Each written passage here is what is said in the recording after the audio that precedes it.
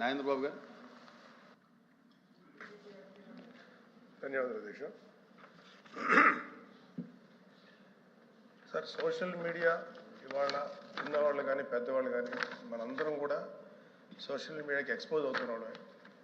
పెద్దవాళ్ళు ఏంటంటే ఒక నెగిటివ్ పాజిటివ్, చెడు ఏది మంచి ఏది అని అర్థం చేసుకునేటువంటి ఒక విచక్షణ ఉంటుంది అధ్యక్ష.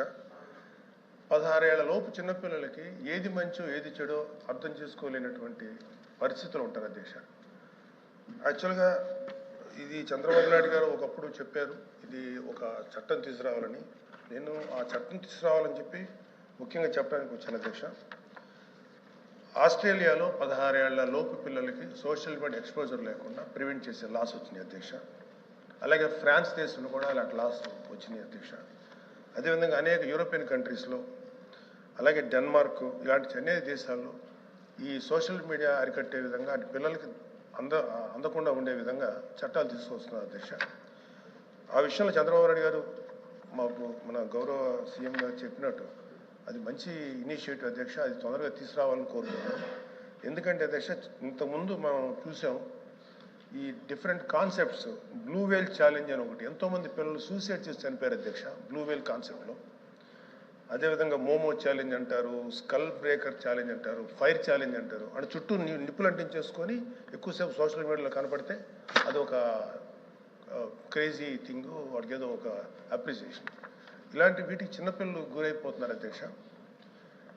అయితే నాకు చెప్పిన దీన్ని బట్టి ఏంటంటే, ఇప్పుడు లోకేష్ గారు కూడా ఐటీ మినిస్టర్ గారు ఉన్నారు, అనిత గారు ఉన్నారు. అవగాహన కార్యక్రమాలు రూపొందించిన విధంగా హర్షించదగ్గ విషయం అధ్యక్ష. I really appreciate them. ఇది ఖచ్చితంగా మాత్రం ఇది చాలా ఇంకా స్ట్రిక్ట్గా గట్టిగా ఈ అవగాహన కార్యక్రమాలు పెంచాలని కోరుకుంటున్నాను. అలాగే ఈ సోషల్ మీడియా వల్ల ఏమవుతుందంటే అధ్యక్ష, పిల్లలు సైకలాజికల్గా అండ్ చాలా ఎమోషనల్ డిస్ట్రెస్కి, రకరకాల డిప్రెషన్స్కి గురవుతున్నారు అధ్యక్ష.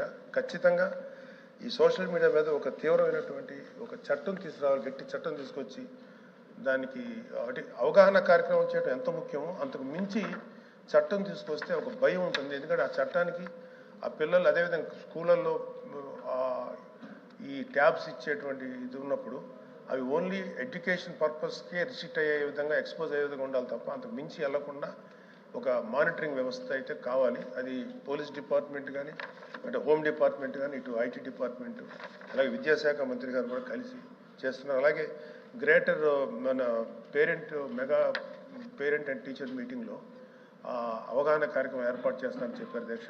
I'm very thankful to them. ఖచ్చితంగా ఇది చాలా గట్టిగా ఎఫెక్టివ్గా చేయాలని కోరుకున్నాను అధ్యక్ష. తప్పనిసరిగా పిల్లల్ని ఇలాంటి వాటికి దూరంగా ఉంచే విధంగా చర్యలు తీసుకోవాలి. ముఖ్యంగా తల్లిదండ్రులను ఎడ్యుకేట్ చేయాల్సిందిగా నేను అనిత గారిని హోమ్ డిపార్ట్మెంట్ ద్వారా, అలాగే ఐటీ శాఖ మంత్రి గారు కోరుతున్నాను అధ్యక్ష. Thank you. మినిస్టర్ గారు.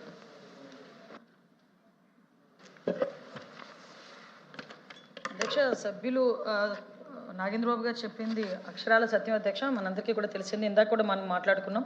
అంటే ఒకటి సైబర్ నేరాలు బారిన పడ్డ వాళ్ళు ఒక ఎత్తు అయితే, చదువుకున్న వాళ్ళు, పెద్దవాళ్ళు, సీనియర్ సిటిజన్స్ పడ్డవాళ్ళు కొంతమంది అయితే, ఎస్పెషల్లీ ఈ మొబైల్కి బాగా ఎడిక్ట్ అయిపోయి, ముఖ్యంగా ఈ సోషల్ మీడియాకి బాగా ఎడిక్ట్ అయిపోయి వాళ్ళ చదువులు పాడైపోయి కొన్ని సందర్భాల్లో డిప్రెషన్కి లోనయ్యి కొన్ని సందర్భాల్లో సూసైడ్లు చేసుకుంటున్న సందర్భాలు